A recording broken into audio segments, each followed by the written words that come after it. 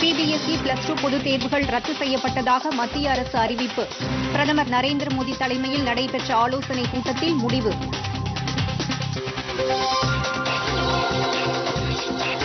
BRICS அமைப்பில் உள்ள உறுப்பு நாடுகளில் பரஸ்பர இறையாண்மை மற்றும் ஒருமைப்பாட்டுக்கு மதிப்பளிக்க வேண்டும். வெளியுறவுத்துறை அமைச்சர் ஜெய்சங்கர் வலியுறுத்தல். தமிழகத்தில் +2 தேர்வு நடத்துவது குறித்து விரைவில் முடிவெடுக்கப்படும். பள்ளிக் கல்வித்துறை அமைச்சர் அன்பில் மகேஷ் பொய்யாமொழி.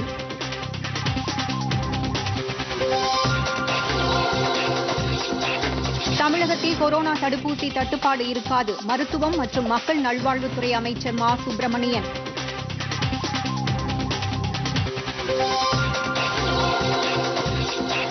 சீனாவில் முதல் முறையாக ஒருவருக்கு பறவை காய்ச்சல் நோய் தொற்று கண்டறியப்பட்டுள்ளது.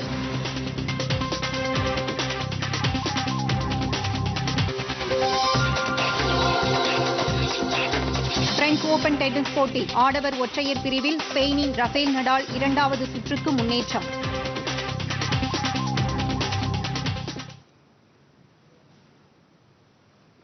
இனி விரிவான செய்திகள். சிபிஎஸ்இ +2 பொதுத் தேர்வுகள் ரத்து செய்யப்படுவதாக மத்திய அரசு அறிவித்துள்ளது.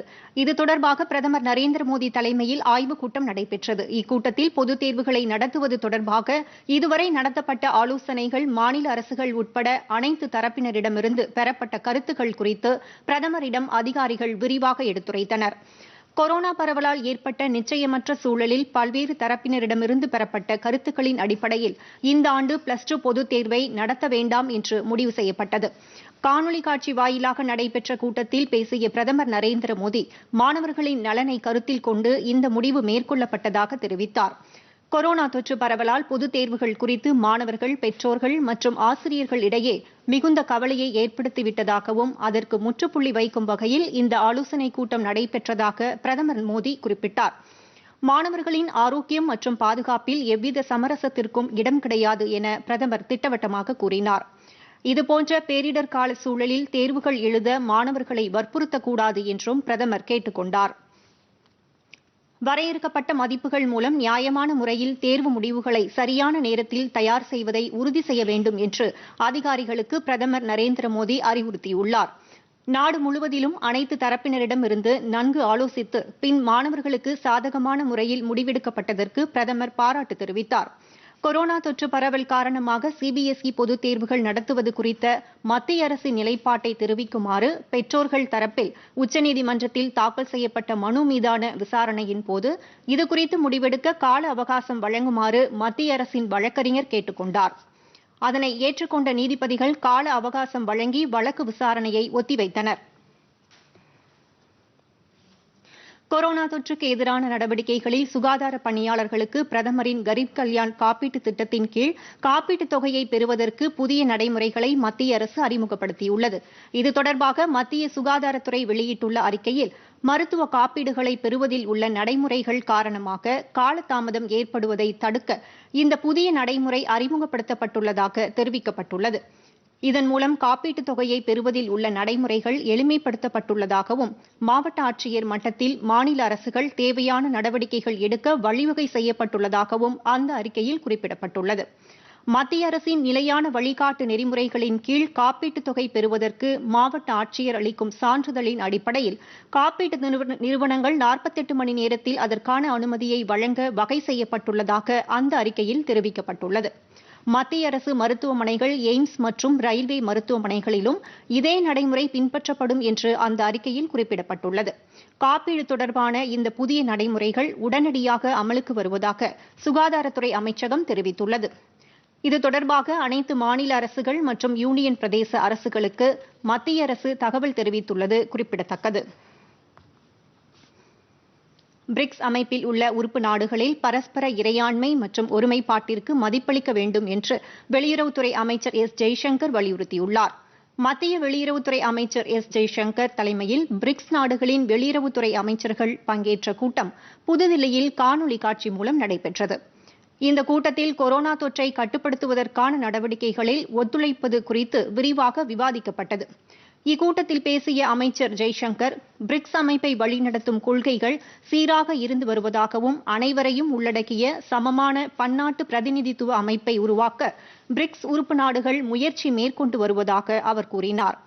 இதில் கலந்து கொண்டு பேசிய சீன வெளியுறவுத்துறை அமைச்சர் வாங் யி, கொரோனா தொற்றின் 2வது அலையால் இந்தியாவில் ஏற்பட்டுள்ள பாதிப்பிற்கு கவலை தெரிவிப்பதாகவும், இந்த சோதனையான காலகட்டத்தில் இந்தியாவிற்கு உறுதுணையாக சீனா நிற்பதாகவும் தெரிவித்தார். அரசியல் மற்றும் பாதுகாப்பு அம்சங்களில் பிரிக்ஸ் நாடுகளின் ஒத்துழைப்பை மேலும் வலுப்படுத்துவது குறித்து உறுதியான நடவடிக்கைகள் மேற்கொள்ளப்படும் என்று அவர் வலியுறுத்தினார். நாடு முழுவதும் ஆக்ஸிஜன் எக்ஸ்பிரஸ் ரயில்கள் மூலம் 15 மாநிலங்களுக்கு இதுவரை 22,916 டன் மருத்துவ பயன்பாட்டிற்கான திரவ ஆக்ஸிஜன் விநியோகம் செய்யப்பட்டுள்ளதாக ரயில்வே கூறியுள்ளது. இது தொடர்பாக ரயில்வே அமைச்சகம் வெளியிட்டுள்ள செய்திக்குறிப்பில், திரவ ஆக்ஸிஜனை தேவைப்படும் மாநிலங்களுக்கு விநியோகம் செய்யும் பணியை ரயில்வே அமைச்சகம் தொடர்ந்து மேற்கொண்டு வருவதாக தெரிவித்துள்ளது. பல்வேறு மாநிலங்களுக்கு 334 ஆக்ஸிஜன் எக்ஸ்பிரஸ் ரயில்கள் மூலம் திரவ ஆக்ஸிஜன் விநியோகிக்கும் பணி நிறைவடைந்துள்ளதாக அதில் தெரிவிக்கப்பட்டுள்ளது. உத்தரகாண்ட், கர்நாடகா, மகாராஷ்டிரா, மத்திய பிரதேசம், ஆந்திரா, ராஜஸ்தான், தமிழ்நாடு, கேரளா, தில்லி உள்ளிட்ட 15 மாநிலங்களுக்கு திரவ ஆக்ஸிஜன் விநியோகிக்கப்பட்டுள்ளதாக அந்த செய்திக்குறிப்பில் கூறப்பட்டுள்ளது. 2000 டன்னுக்கு அதிகமான மருத்துவ பயன்பாட்டிற்கான திரவ ஆக்ஸிஜன் தமிழ்நாடு, கர்நாடகா, ஆந்திரா மற்றும் தெலங்கானா மாநிலங்களுக்கு விநியோகம் செய்யப்பட்டுள்ளதாக ரயில்வே வெளியிட்டுள்ள செய்திக்குறிப்பில் தெரிவிக்கப்பட்டுள்ளது. தடுப்பூசி தொடர்பான தகவல்களை அறிந்து கொள்ளும் வகையில் ஆரோக்கிய சேது செயலியில் புதிய அம்சங்கள் இணைக்கப்பட்டுள்ளன.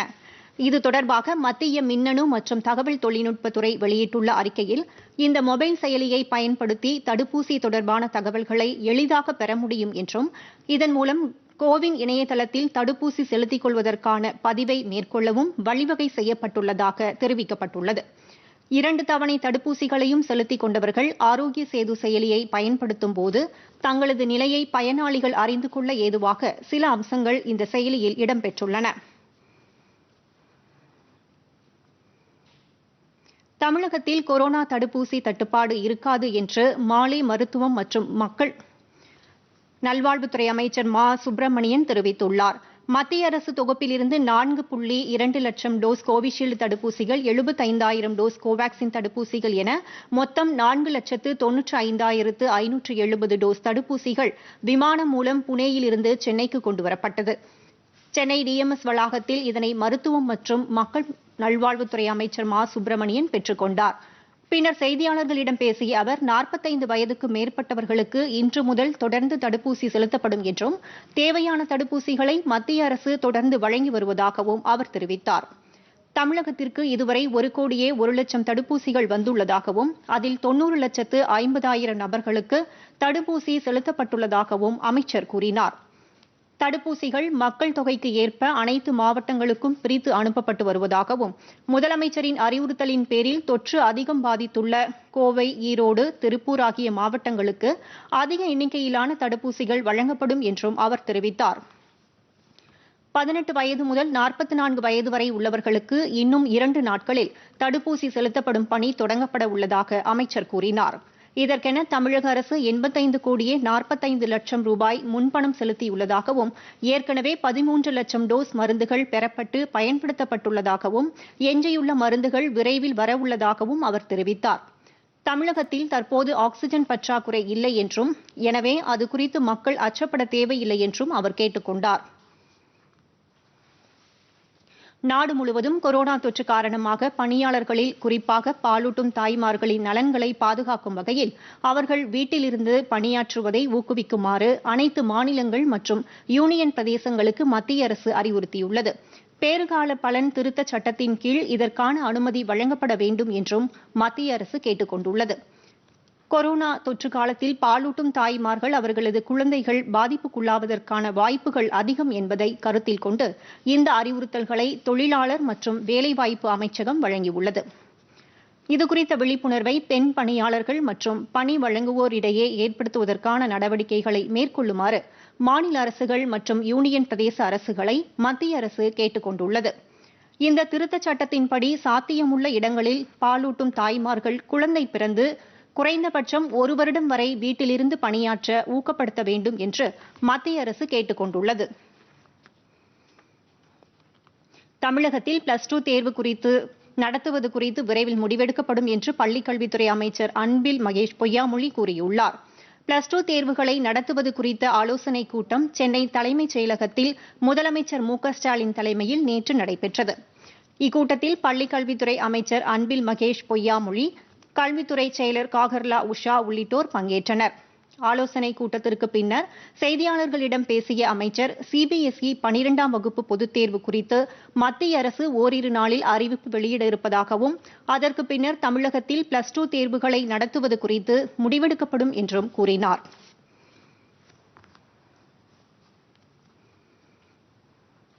மாநிலங்களவை நியமன உறுப்பினர்களாக மூத்த வழக்கறிஞர் மகேஷ் ஜெத்மலானி மற்றும் ஸ்வப்பன் தாஸ் குப்தா ஆகியோர் நியமிக்கப்பட்டுள்ளனர்.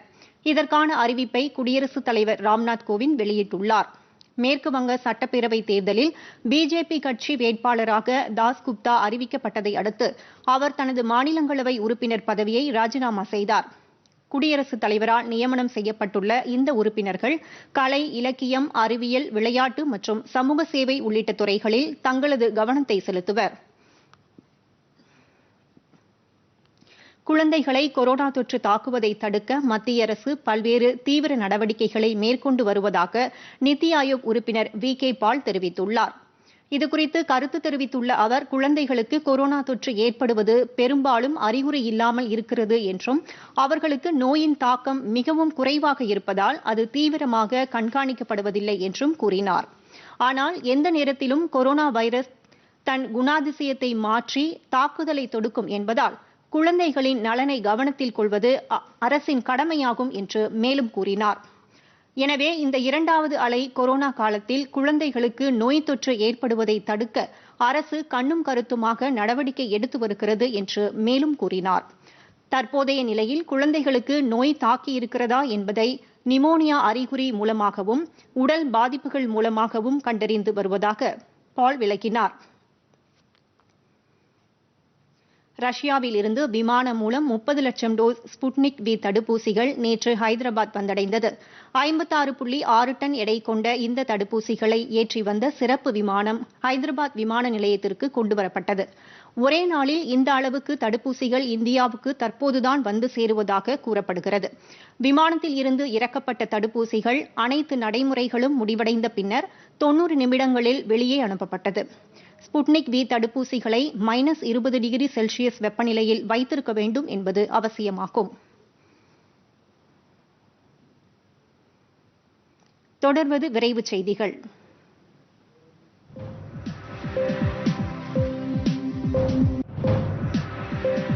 திருச்சியில் தனியார் கல்லூரி ஒன்றில் கொரோனா தடுப்பு உதவி மையத்தினை மாநில நகர்ப்புற வளர்ச்சித்துறை அமைச்சர் கே.என். நேரு திறந்து வைத்தார். சாலையோர மக்களுக்கு உதவும் நோக்கில் ஆம்புலன்ஸ் சேவை, கொரோனாவால் உயிரிழந்தவர்களை அடக்கம் செய்வது உள்ளிட்ட பணிகளை மேற்கொள்ள இந்த கொரோனா உதவி மையம் தொடங்கப்பட்டுள்ளது. நிகழ்ச்சியில் ஏழை எளிய மக்களுக்கு மளிகைப் பொருட்கள் மற்றும் அத்தியாவசிய பொருட்கள் அடங்கிய தொகுப்பினையும் அமைச்சர் வழங்கினார். விழுப்புரம் மாவட்டம் விக்கிரவாண்டி பேருந்து நிலையத்தில் புதிய தடுப்பூசி முகாமினை உயர்கல்வித்துறை அமைச்சர் பொன்முடி தொடங்கி வைத்தார். முன்னதாக முண்டியம்பாக்கம் அரசு மருத்துவமனையில் 20 மருத்துவர்களுக்கு பணி நியமன ஆணைகளை வழங்கினார். கள்ளக்குறிச்சி மாவட்டம் திருக்கோவிலூர் அரசு மருத்துவமனையில் 24 ஆக்ஸிஜன் வசதிகளுடன் கூடிய படுக்கைகளை அமைச்சர் பொன்முடி தொடங்கி வைத்தார். அப்போது பேசிய அவர், போர்க்கால அடிப்படையில் கொரோனா தடுப்பு பணிகள் நடைபெற்று வருவதாக கூறினார். கரூரில் 80 ஆக்ஸிஜன் படுக்கை வசதிகளுடன் கூடிய சிறப்பு கொரோனா மையத்தினை மின்சாரத்துறை அமைச்சர் செந்தில் பாலாஜி திறந்து வைத்தார். கரூர் நகரின் மையத்தில் இருந்த பழைய மருத்துவமனையை புனரமைத்து ஆக்ஸிஜன் வசதிகள் செய்யப்பட்டுள்ளன. பின்னர் செய்தியாளர்களிடம் பேசிய அமைச்சர், ஆக்ஸிஜனை உற்பத்தி செய்து அவற்றை தேக்கி வைத்து 80 படுக்கைகளுக்கு குழாய் மூலம் கொண்டு செல்லும் வகையில் இந்த மையம் தொடங்கப்பட்டுள்ளதாக கூறினார். திருவாரூர் மாவட்டம் மன்னார்குடியில் உள்ள மாவட்ட அரசு தலைமை மருத்துவமனைக்கு 50 ஆக்ஸிஜன் செறிவூட்டும் இயந்திரங்களை தன்னார்வலர்கள் மூலம் பெற்று சட்டமன்ற உறுப்பினர் டி.ஆர்.பி. ராஜா வழங்கினார். திருத்துறைப்பூண்டியிலும் தன்னார்வ அமைப்புகள் மூலம் 6 ஆக்ஸிஜன் செறிவூட்டிகள் வழங்கப்பட்டுள்ளதாக டி.ஆர்.பி. ராஜா தெரிவித்தார். தவறான காரணங்களை கூறி பதிவு செய்து நீலகிரி மாவட்டத்திற்கு வருபவர்களின் வாகனங்கள் பறிமுதல் செய்யப்படுவதோடு குற்ற வழக்கும் பதிவு செய்யப்படும் என மாவட்ட ஆட்சியர் இன்னசென்ட் திவ்யா எச்சரித்துள்ளார். கோத்தகிரி, கொடநாடு பகுதிகளில் கட்டுப்படுத்தப்பட்ட பகுதிகளை பார்வையிட்ட பின்னர் செய்தியாளர்களிடம் பேசிய அவர், நீலகிரியில் தொற்று பாதிப்புக்குள்ளானவர்களில் பெரும்பாலானவர்கள் வெளி மாவட்டம் மற்றும் வெளி மாநிலங்களிலிருந்து வந்தவர்கள் என்று கூறினார். இதன் காரணமாக கர்நாடக மற்றும் கேரள எல்லைப் பகுதிகளில் உள்ள சோதனைச் சாவடிகளில் கண்காணிப்பு தீவிரப்படுத்தப்பட்டுள்ளதாக அவர் தெரிவித்தார். தஞ்சாவூர் மாவட்டத்தில் 20 கோடி ரூபாய் மதிப்பீட்டில் 1169 கிலோமீட்டர் தூரத்திற்கு தொடங்கியுள்ள தூர்வாரும் பணிகள் இம்மாதம் 15ஆம் தேதிக்குள் முடிக்கப்படும் என்று தூர்வாரும் பணிகளுக்கான கண்காணிப்பு அலுவலர் பிரதீப் யாதவ் தெரிவித்தார். இந்த ஆண்டு குறுவை சாகுபடிக்காக இம்மாதம் 12ஆம் தேதி மேட்டூர் அணையில் தண்ணீர் திறக்கப்பட வாய்ப்புள்ளதால் தூர்வாரும் பணிகள் முடுக்கிவிடப்பட்டுள்ளன. இந்த பணிகளை ஆய்வு செய்த பின்னர் செய்தியாளர்களிடம் பேசிய பிரதீப் யாதவ், கடைமடை வரை தண்ணீர் சென்று சேரும் வகையில் தூர்வாரும் பணிகள் மேற்கொள்ளப்பட்டுள்ளதாக கூறினார். ஈரோடு மாவட்டம் சத்தியமங்கலம் புலிகள் காப்பகம் வனப்பகுதியில் உள்ள சிறுத்தை ஒன்று ஆசனூர் அருகே உள்ள கிராமத்தில் நடமாடியதால் பொதுமக்கள் அச்சமடைந்துள்ளனர். சத்தியமங்கலத்தில் இருந்து திம்பம் மலைப்பாதை வழியாக மைசூர் செல்லும் சாலையில் ஊரடங்கு காரணமாக வாகனங்களின் இரைச்சல் இன்றி அமைதியாக காணப்படுவதால் வனவிலங்குகள் நடமாட்டம் அடிக்கடி தென்படுவதாக வாகன ஓட்டிகள் தெரிவிக்கின்றனர். அரோபாளையம் பள்ளம் அருகே சிறுத்தை உறங்கிக் கொண்டிருந்ததை வாகன வெளிச்சத்தை பார்த்து வாகன ஓட்டுநர்களும் உடன் வந்தவர்களும் அச்சமடைந்துள்ளனர். சாலைகளில் செல்லும்போது எக்காரணத்தை கொண்டும் வாகன ஓட்டிகள் வாகனத்தை நிறுத்தி கீழே இறங்குவதை தவிர்க்க வேண்டும் என்று வனத்துறையினர் எச்சரிக்கை விடுத்துள்ளனர்.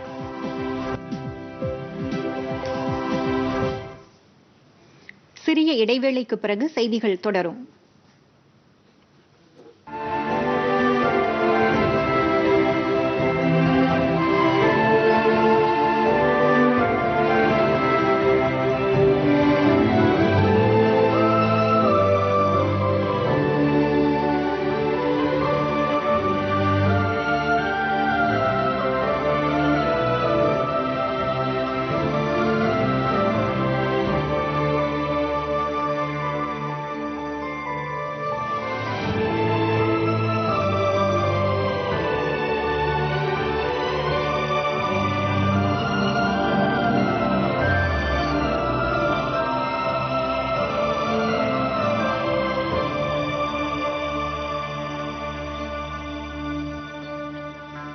செய்திகள் தொடர்கின்றன. நாடு முழுவதும் கொரோனா தொற்றால் பாதிக்கப்படுபவர்களை விட குணமடைவோரின் எண்ணிக்கை தொடர்ந்து அதிகரித்து வருவதாக மத்திய சுகாதார அமைச்சகம் தெரிவித்துள்ளது.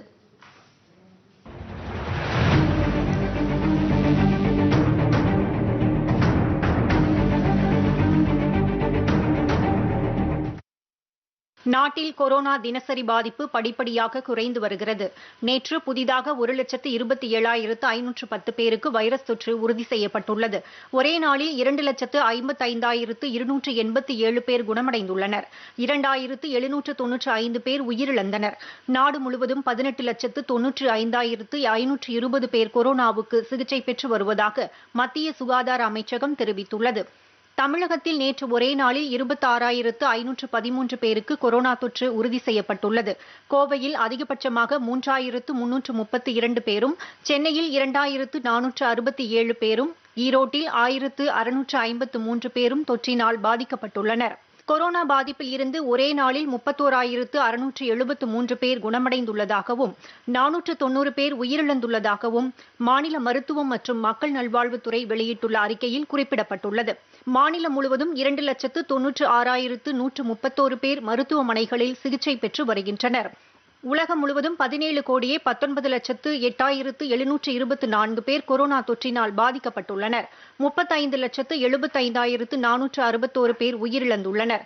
இதுவரை 15,43,99,660 பேர் குணமடைந்துள்ளனர்.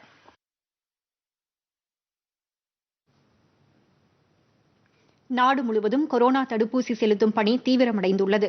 இதுவரை 21,60,46,638 டோஸ் தடுப்பூசிகள் செலுத்தப்பட்டுள்ளன.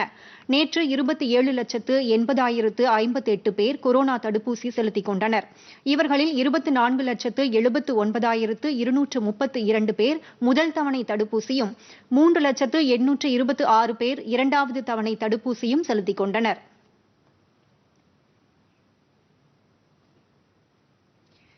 தமிழ்நாட்டில் 90,94,255 தடுப்பூசிகள் செலுத்தப்பட்டுள்ளன. புதுச்சேரியில் 2,69,177 பேர் கொரோனா தடுப்பூசி செலுத்திக் கொண்டுள்ளதாக மத்திய சுகாதார அமைச்சகம் தெரிவித்துள்ளது. அரியலூர் மாவட்டத்தில் அரியலூர் அரசு மருத்துவக் கல்லூரி மருத்துவமனை உள்ளிட்ட 4 அரசு மருத்துவமனைகள் 38 ஆரம்ப சுகாதார நிலையங்களில் நடைபெறும் தடுப்பூசி முகாம்களில் தடுப்பூசி செலுத்தும் பணிகள் நடைபெற்று வருகின்றன. கோவிஷீல்டு மற்றும் கோவாக்சின் என்ற 2 விதமான தடுப்பூசிகளும் தடையின்றி அரசின் வழிகாட்டுதல் படி வழங்கப்பட்டு வருகிறது. கொரோனாவில் இருந்து பாதுகாத்துக் கொள்ளும் வகையில் தடுப்பூசியின் முக்கியத்துவம் குறித்து மத்திய மாநில அரசுகள் தொடர்ந்து வலியுறுத்தி வருவதை அடுத்து பொதுமக்கள் தடுப்பூசி செலுத்திக் கொள்வதில் ஆர்வம் காட்டி வருகின்றனர். கொரோனா தடுப்பூசி போட்டுக் கொள்வதால் எவ்வித பாதிப்பும் இல்லை என்றும் கொரோனாவில் இருந்து பாதுகாத்துக் கொள்ள பொதுமக்கள் அனைவரும் தடுப்பூசி செலுத்திக் கொள்ள வேண்டும் என்றும் அரியலூரைச் சேர்ந்த பயனாளிகள் தெரிவிக்கின்றனர். என் பேர் சுகுமார். நான் கோவிஷீல்டு போட்டுக்கிட்டேன். 2 டோஸும் போட்டுக்கிட்டேன். எந்த பாதிப்பும் இல்லை. நல்லா இருக்கேன். போட்டுக்கிட்டதுனால எனது நண்பர்கள், எனது குடும்ப உறுப்பினர்கள் இவங்களுக்கு என்னால் எந்த நோய் தொற்றும் ஏற்படாமல் இருக்கிறதுக்காக நான் போட்டுக்கிட்டேன். எனக்கு இதுவரைக்கும் எந்த விதமான சைடு எஃபெக்டோ எதுவும் பின்விளைவுகளோ பக்க விளைவுகளோ எதுவும் கிடையாது. என் பேர் ஜெயஸ்ரீ. நான் ஜெயங்கொண்டத்துலேருந்து வரேன். வேக்சின் இப்போ தான் ஃபர்ஸ்ட் டோஸ் போட போகிறேன். ஃபர்ஸ்ட் வேவ் விட இப்போ செகண்ட் வேவ் ரொம்ப அதிகமாக கோவிட் பேஷண்ட்ஸ் வந்துறாங்க. அது மட்டும் இல்லாமல் முன்னாடி விட இப்போ டெத் ரேஷியோ ரொம்ப அதிகமாக இருக்குது. ஸோ ஒரு ப்ரிகாஷனுக்காக தான் முன்னாடியே வேக்சின் போடணும். இப்போ நிறைய பேர் வேக்சினை பற்றி நிறைய வதந்திகள்லாம் வந்துட்டுருக்கு. பட் அதெல்லாம் தவிர வேக்சின் போட்டுக்கிறது நல்லது தான். என் பேர் கார்த்திக். அரியலூரில் இப்போ வேக்சின் போட்டிருக்கேன். ஸோ இப்போ ஆஃபீஸில் ஒர்க் பண்ணுறதுனால நிறைய பேரோட கான்டாக்டில் இருக்கிற மாதிரி இருக்கும். ஸோ அதனால் இப்போ வேக்சின் போட்டிருக்கேன். ஸோ கவர்மெண்ட் ரெக்கமெண்ட் பண்ணுற மாதிரி யாருக்கெல்லாம் ஆப்பர்ச்சுனிட்டிஸ் இருக்கோ அவங்க எல்லாமே வேக்சின் போட்டுருக்கேன். உங்கள் நல்லதுக்கும் உங்கள் சுற்றி இருக்கிறவங்க நல்லதுக்கும். ஜெகசிற்பியன். நான் மெடிக்கல் ஸ்டூடெண்ட் தான். அது மாதிரி செகண்ட் வேவ் வந்திருக்கு. இந்த வேவ் டெத் ரேட் அதிகமாக இருக்கிறதுனால ரொம்ப பேனிக் ஆகிட்டாங்க. ஸோ எல்லோரும் பீப்புளெலாம் வேக்சின் போடுங்க. வீட்டில் உள்ளவங்க எல்லாரும் வேக்சின் போடுங்க. ஸோ கவர்மெண்ட்டுக்கு கொஞ்சம் ஒத்துழைப்பு வைங்க. அப்போ தான் இந்த கொரோனாவை தடுக்க முடியும். அடுத்து வருவது உலகச் செய்திகள்.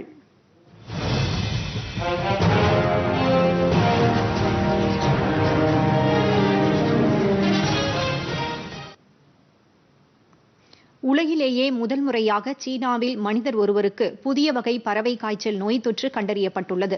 சீனாவின் கிழக்கு மாகாணமான ஜியாங்சூவில் H1N3 என்ற இந்த பறவை காய்ச்சல் நோய் கண்டறியப்பட்டுள்ளதாக அந்நாட்டின் தேசிய சுகாதார ஆணையம் உறுதிப்படுத்தியுள்ளது.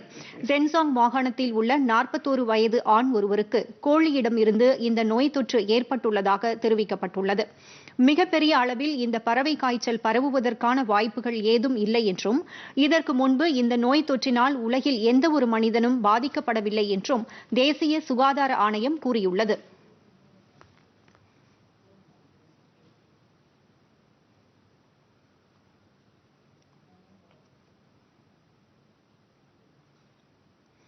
அடுத்து வருவது விளையாட்டுச் செய்திகள்.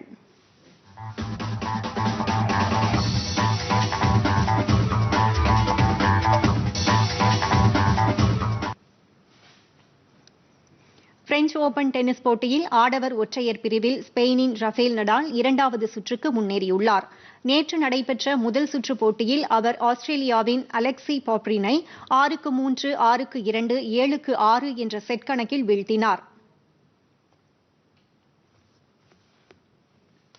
மகளிர் ஒற்றையர் பிரிவில் உலகின் முதல் நிலை வீராங்கனையான ஆஸ்திரேலியாவின் ஆஸ்லி பார்ட்டி 6-4, 3-6, 6-2 என்ற செட் கணக்கில் அமெரிக்காவின் பெர்னார்டாவை வீழ்த்தி 2வது சுற்றுக்கு முன்னேறினார்.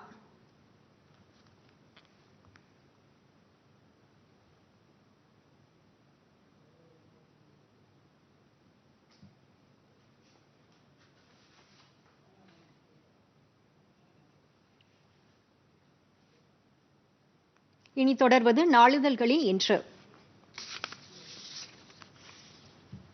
பல்கலைக்கழகங்களில் இடஒதுக்கீட்டின் அடிப்படையில் வேலைவாய்ப்பை பெறுவதற்காக ஒருவர் மதம் மாறியிருப்பது தெரியவந்தால் அவரை உடனடியாக பணிநீக்கம் செய்ய வேண்டும். சென்னை உயர்நீதிமன்றம் உத்தரவு. தினத்தந்தி.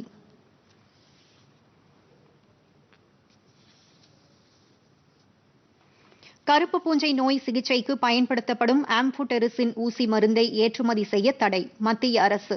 தினமணி. காவல்துறையினர் கொரோனா பரிசோதனையில் அலட்சியம் காட்டக்கூடாது. சென்னை மாநகர காவல் ஆணையர் சங்கர் ஜிவால் வேண்டுகோள். தினமலர்.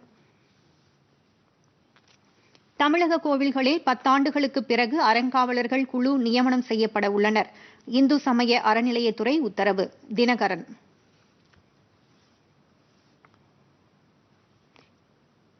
புகையிலை கட்டுப்பாடு தொடர்பாக செய்த பணிகளை பாராட்டி மத்திய சுகாதாரத்துறை அமைச்சர் ஹர்ஷ்வர்தனுக்கு உலக சுகாதார நிறுவனம் சிறப்பு விருது அறிவிப்பு. ஹிந்து தமிழ் திசை. மீண்டும் தலைப்புச் செய்திகள். சிபிஎஸ்இ +2 பொதுத் தேர்வுகள் ரத்து செய்யப்படுவதாக மத்திய அரசு அறிவிப்பு. பிரதமர் நரேந்திர மோடி தலைமையில் நடைபெற்ற ஆலோசனைக் கூட்டத்தில் முடிவு.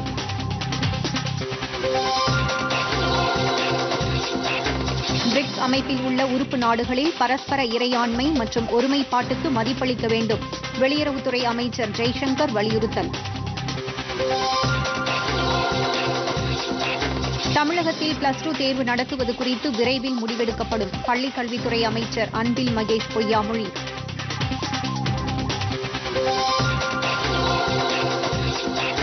தமிழகத்தில் கொரோனா தடுப்பூசி தட்டுப்பாடு இருக்காது. மருத்துவம் மற்றும் மக்கள் நல்வாழ்வுத்துறை அமைச்சர் மா. சுப்பிரமணியன்.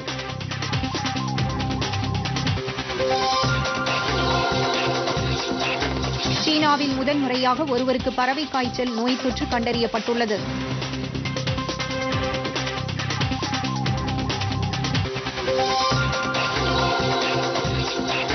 பிரெஞ்ச் ஓபன் டென்னிஸ் போட்டி ஆடவர் ஒற்றையர் பிரிவில் ஸ்பெயினின் ரஃபேல் நடால் 2வது சுற்றுக்கு முன்னேற்றம். பொதிகை செய்திகளை யூடியூபில் தமிழ் நியூஸ் தூர்தர்ஷன் என்ற சேனலிலும், முகநூலில் டிடி பொதிகை நியூஸ் என்ற பக்கத்திலும், ட்விட்டரில் டிடி நியூஸ் சென்னை என்ற பக்கத்திலும், இன்ஸ்டாகிராமில் டிடி பொதிகை நியூஸ் என்ற பக்கத்திலும் காணலாம். மேலும் உங்கள் கருத்துக்களை பொதிகை ddnews@gmail.com என்ற மின்னஞ்சலில் தெரிவிக்கலாம். இத்துடன் செய்திகள் நிறைவடைகின்றன. மீண்டும் செய்திகள் காலை 11 மணிக்கு. வணக்கம்.